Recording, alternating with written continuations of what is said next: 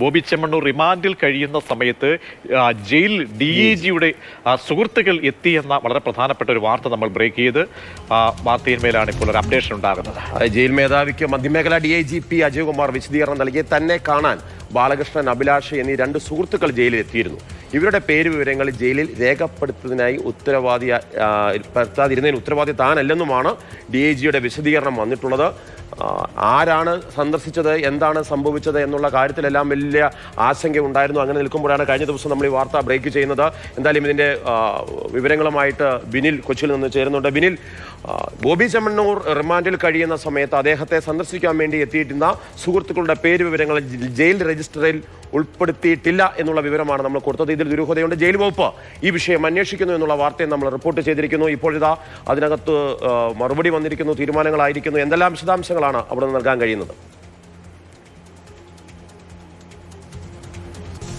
Marshal, ഈ വാർത്ത Mathrubhumi news നൽകിയതിന് തൊട്ടു പിന്നാലെയാണ് ജയിൽ മേധാവി മധ്യമേഖല ജയിൽ DIG P. അജയ്കുമാറിനോട് വിശദീകരണം തേടിയത്. DIG അജയ്കുമാറാണ് ജയിലിൽ ആ വിവാദ സന്ദർശനം നടത്തിയത്. ആ സമയത്ത് 2 സുഹൃത്തുക്കൾ ജയിലിൽ രേഖകൾ ഇല്ലാതെ അകത്ത് പ്രവേശിച്ചു എന്നതാണ് ഏറ്റവും പ്രധാനപ്പെട്ട കാര്യം.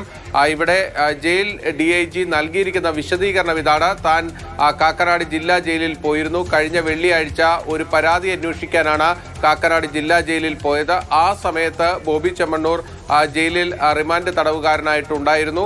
സൂപ്രണ്ടിന്റെ മുറിയിലേക്ക് ബോബി ചെമ്മണ്ണൂരിനെ വിളിച്ച് സൂപ്രണ്ടിന്റെ സാന്നിധ്യത്തിലാണ് താൻ കണ്ടത്. ബോബി ചെമ്മണ്ണൂരിനെ തനിക്ക് മുൻ പരിചയമുണ്ട്. ആ കാര്യവും ജയിൽ DIG സമ്മതിക്കുന്നുണ്ട്. പക്ഷേ താൻ ഏതെങ്കിലും തരത്തിലുള്ള നിയമവിരുദ്ധമായ സഹായങ്ങൾ ബോബി ചെമ്മണ്ണൂരിന് നൽകണമെന്ന് സൂപ്രണ്ടിനോട് ആവശ്യപ്പെട്ടിട്ടില്ല. ജയിലിൽ ബോബി ചെമ്മണ്ണൂരിന്റെ ആരോഗ്യസ്ഥിതി അടക്കമുള്ള കാര്യങ്ങളാണ് താൻ ചോദിച്ചറിഞ്ഞത് എന്നതാണ് ജയിൽ DIG നൽകുന്ന വിശദീകരണം. ഈ സമയത്ത് ജയിൽ DIG അജയ്കുമാറിന്റെ 2 സുഹൃത്തുക്കൾ ജയിലിന് പുറത്തുണ്ടായിരുന്നു. അതിലൊരാൾ ബാലകൃഷ്ണൻ, മറ്റൊരാൾ അഭിലാഷ്. ഈ 2 പേരെയും അകത്തേക്ക് പ്രവേശിപ്പിക്കാൻ താൻ സൂപ്രണ്ടിനോട് ആവശ്യപ്പെട്ടു. അവർ അകത്തേക്ക് വന്നു. പക്ഷേ അവർ ജയിൽ രേഖകളിൽ അവരുടെ പേര് രേഖപ്പെടുത്താത്തതിന് ഉത്തരവാദി താനല്ല. അത് ഗേറ്റിലുള്ള ഉദ്യോഗസ്ഥരാണ് ചട്ടപ്രകാരം അവരുടെ പേരുകൾ രേഖപ്പെടുത്തേണ്ടത്. ഇതാണ് ജയിൽ DIGയുടെ വിശദീകരണം. ഇതിൽ ഏറ്റവും പ്രധാനപ്പെട്ട എന്താണ്, ഒരു കോടതി റിമാൻഡിലേക്ക് അയച്ച വ്യക്തിയാണ്. മാത്രമല്ല ഹൈക്കോടതി ആ മുൻകൂർ ജാമ്യാപേക്ഷയിൽ മേൽ അത് നിരസിക്കുന്ന തരത്തിലേക്ക് എടുത്ത സമീപനം ആദ്യം എടുത്ത ഒരു കേസ് കൂടിയാണ്. ആ കേസിലെ പ്രതിയായ ഒരാളെ കോടതി തന്നെ പറയുന്നുണ്ടല്ലോ, കോടതിക്ക് മുൻപിൽ എല്ലാവരും സമന്മാരാണ്, എല്ലാ പ്രതികളും. ആ ഒരു ഗണത്തിൽ തന്നെയാണ് ബോബി ചെമ്മണ്ണൂരും ഉള്ളത്. അപ്പോൾ ഒരു പ്രത്യേക തരത്തിൽ ഒരാൾ കാണാൻ പോകുന്നതും ഒരു സവിശേഷമായ ഒരു സാഹചര്യം ഒരുക്കുന്നതും ഒക്കെ തന്നെ അങ്ങനെ നിസ്സാരവൽക്കരിക്കാൻ കഴിയുന്നതാണോ? അതുകൊണ്ട് തന്നെ ഗൗരവത്തോടു കൂടി ഈ വിഷയത്തിൽ ഒരു പരിശോധനയും അന്വേഷണവും നടപടിയും ഒക്കെ പ്രതീക്ഷിക്കാൻ കഴിയുമോ? പ്രതീക്ഷ, ഇവിടുത്തെ ഏറ്റവും പ്രധാനപ്പെട്ട പ്രശ്നം ജയിൽ DIGയുടെ സുഹൃത്തുക്കളായി ആ ജയിലിനുള്ളിൽ പ്രവേശിച്ച 2 പേർ, ബാലകൃഷ്ണനും അഭിലാഷും, അവർ ഈ ജയിൽ DIGയെ കാണാനാണോ വന്നത്, അവർ ബോബി ചെമ്മണ്ണൂരിനെ കണ്ടോ എന്നതാണ് ഏറ്റവും പ്രധാനപ്പെട്ട പ്രശ്നം. അത് പരിശോധിക്കുമ്പോഴുള്ള ഏറ്റവും പ്രധാനപ്പെട്ട ഒരു തടസ്സം എന്നത് ജയിലിന്റെ കവാടത്തിലൊക്കെ CCTVകളുണ്ട്. പക്ഷേ സൂപ്രണ്ടിന്റെ മുറിയിൽ CCTV ഇല്ല എന്നാണ് നമ്മൾ മനസ്സിലാക്കുന്നത്. അങ്ങനെയെങ്കിൽ ആ സൂപ്രണ്ടിന്റെ മുറിയിൽ വെച്ച് ഇവർ ബോബി ചെമ്മണ്ണൂരിനെ കണ്ടോ ഇല്ലയോ എന്നത് വിശദീകരിക്കേണ്ടത് ജയിൽ സൂപ്രണ്ടായിട്ട് മാറുകയും ചെയ്യും.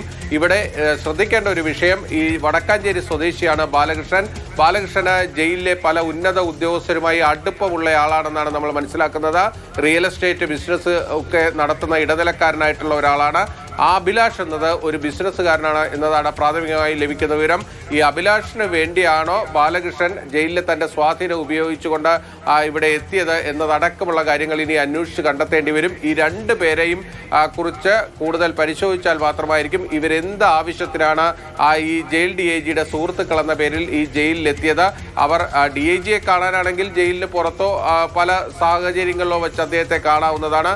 പ്രത്യേകിച്ച് തൃശൂർ വടക്കാഞ്ചേരി സ്വദേശിയായ ഒരാൾ കാക്കനാട് ജില്ലാ ജയിലിൽ എത്തി ഈ ജയിൽ DIG കണ്ടത് എന്തിന് എന്നതൊരു പ്രധാനപ്പെട്ട പ്രശ്നമാണ്. കാരണം ഈ മധ്യമേഖല ജയിൽ DIGയുടെ ഓഫീസ് ഇരിക്കുന്നത് തൃശ്ശൂരിലെ വിയ്യൂരിലാണ്. അതുകൊണ്ട് തന്നെ അദ്ദേഹം ഇവിടെ വന്ന് കണ്ടപ്പോൾ അത് ഈ അഭിലാഷൻ എന്ന് പറയുന്ന മറ്റൊരു വ്യവസായിയെ കൂട്ടിക്കൊണ്ടുവരുമ്പോൾ അവർ തമ്മിൽ എന്തായിരുന്നു ബന്ധം, അവർ ബോബി ചെമ്മണ്ണൂരിനെ കാണാൻ വന്നതാണോ തുടങ്ങിയ കാര്യങ്ങളാണ് ഇനി വ്യക്തമാകേണ്ടത്.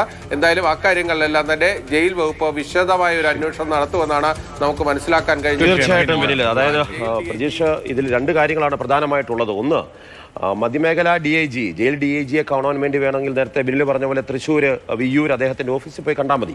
എന്നാൽ അദ്ദേഹം ആദ്യം വരുന്നു, സൂപ്രണ്ടിന്റെ മുറിയിൽ എത്തുന്നു. ആ സൂപ്രണ്ടിന്റെ മുറിയിലേക്ക് ബോബി ചെമ്മണ്ണൂരിനെ വിളിച്ചു വരുത്തുന്നു. അതിനുശേഷം ഈ രണ്ടുപേരെയും കൂടി ജയിൽ DIG വിളിച്ചു വരുത്തുന്നു. ഇതൊക്കെ പോട്ടെ, ഒരു രജിസ്റ്റർ ഉണ്ടല്ലോ. ഇതെല്ലാം നമുക്ക് അംഗീകരിക്കാം. പക്ഷേ ശരിക്കോ മാർഷലിനോ ഒക്കെ ആരെങ്കിലും കാണാൻ ചെല്ലുമ്പോൾ എന്താണ് നടപടിക്രമങ്ങളുണ്ട്, ആ നടപടിക്രമങ്ങൾ പാലിച്ചിട്ടില്ല. അപ്പോൾ അവിടെയാണ് ആ ദുരൂഹത ഉണ്ടാകുന്നത്. മാത്രമല്ല ഇക്കാര്യത്തിൽ മൊഴിയെടുപ്പും ഈ അന്വേഷണത്തിൽ വളരെ പ്രധാനപ്പെട്ടതാണ്.